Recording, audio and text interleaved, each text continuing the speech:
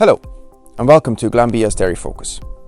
In this week's episode, we will hear from TJ Phelan, one of our farm sustainability advisors, on the importance of soil fertility and soil sampling in choosing the right fertiliser for your land. We will also hear from Frank O'Sullivan, a vet in County Meath, on lowering stress levels in animals during housing. But first, I would like to remind you that at the moment, when drying off cows, choosing the right tube for that job is important.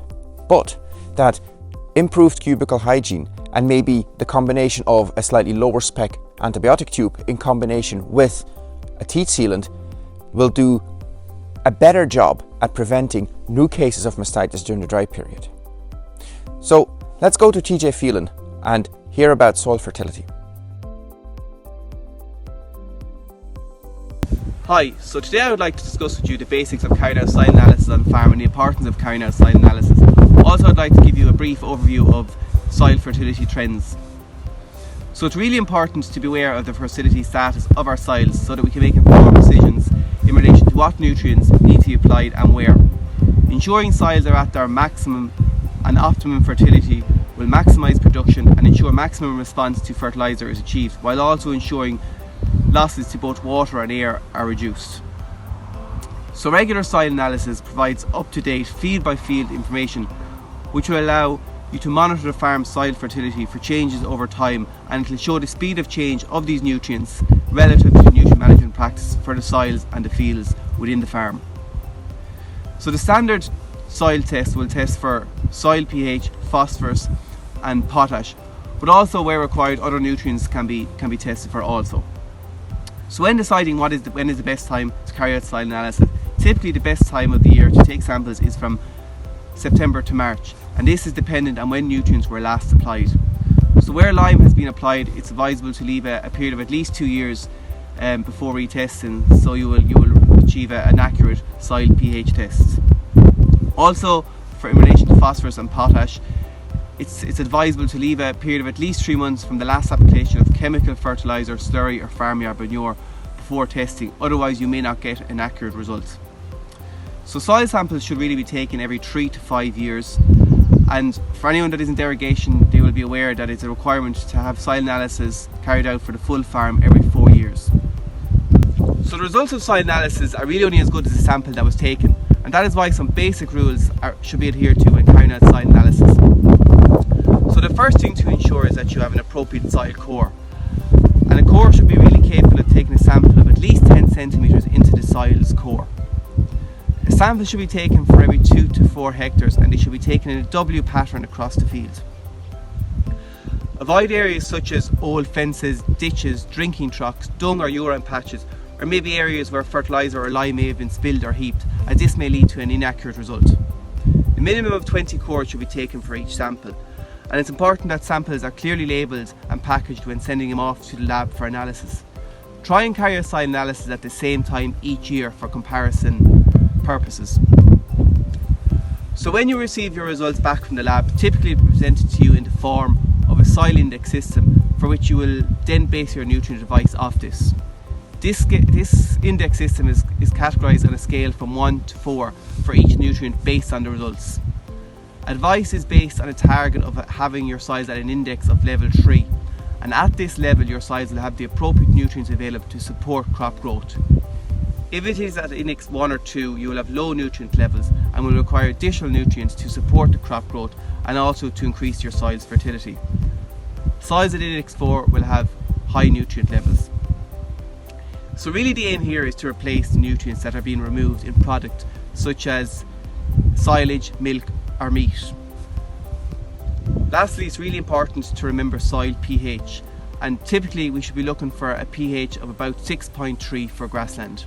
So lastly, I just want to touch on the latest soil fertility trends, and from the latest data analysed by Tagish in 2019, we can see that overall soil fertility has been improving. So overall soil fertility levels stand at approximately 21%, that being soils that have good soil fertility in terms of pH, phosphorus and potash. When we take a closer look at this, we can see that approximately 60% of soils have a good soil pH, 50% for phosphorus and 60% for potash. So while fertility trends are increasing, we can also see that there's still plenty of room for improvement.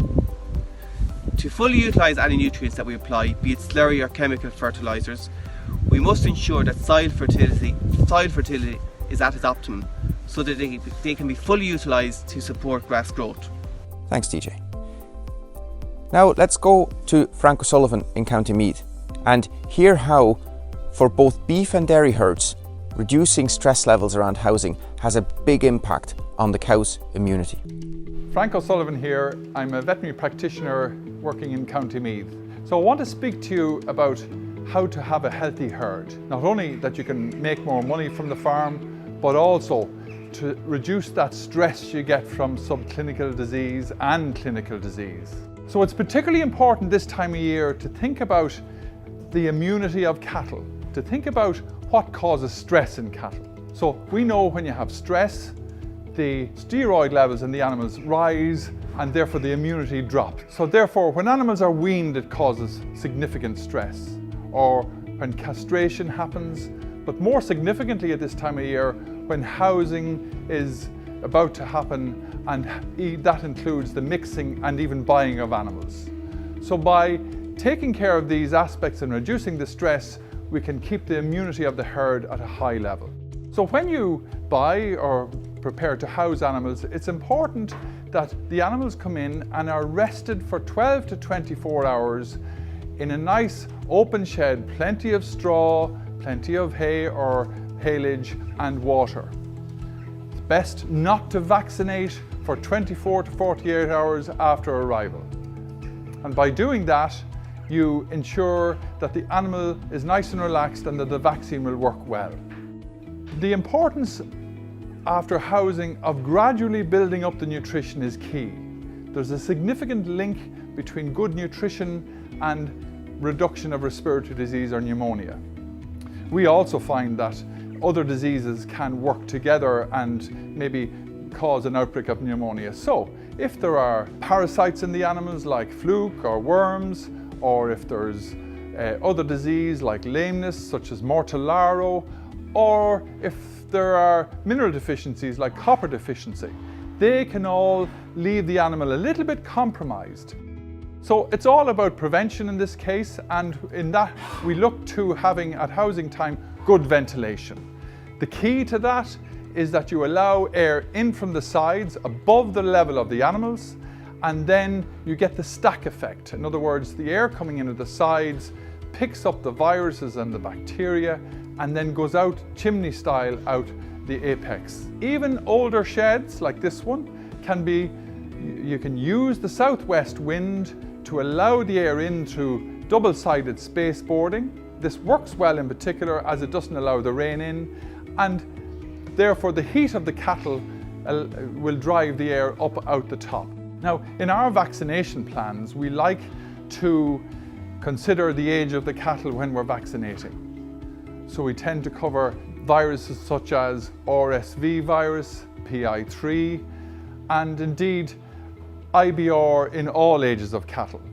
Some bacteria can also be involved, such as Pasteurella, and indeed this nasty mycoplasma, which seems to be quite common at this stage. So the route of administration of the vaccine is important, whether you decide to go intranasal, where you get a nice immediate immune port to the animals, or whether you go by intramuscular. And follow the guidelines on the vaccine. In other words, if 2 shots are advised, maybe 2 or 4 weeks apart, then do that. And of course, don't forget your blackleg as well. By reducing the clinical and subclinical disease, not only can you save money, but it's much less stressful, not only for the farmer, but also for the cattle. To finish up, I would just like to say a big thank you to Maeve Regan for all her hard work and support over the last months and more than 30 episodes of Dairy Focus, but also for all her work in supporting Glanbia and its milk suppliers over the past few years. Thank you very much, Maeve. Now, if you want any more information on any of the topics covered in this week's episode of Dairy Focus, please talk to your local Glanbia representative or log on to glanbiaconnect.com.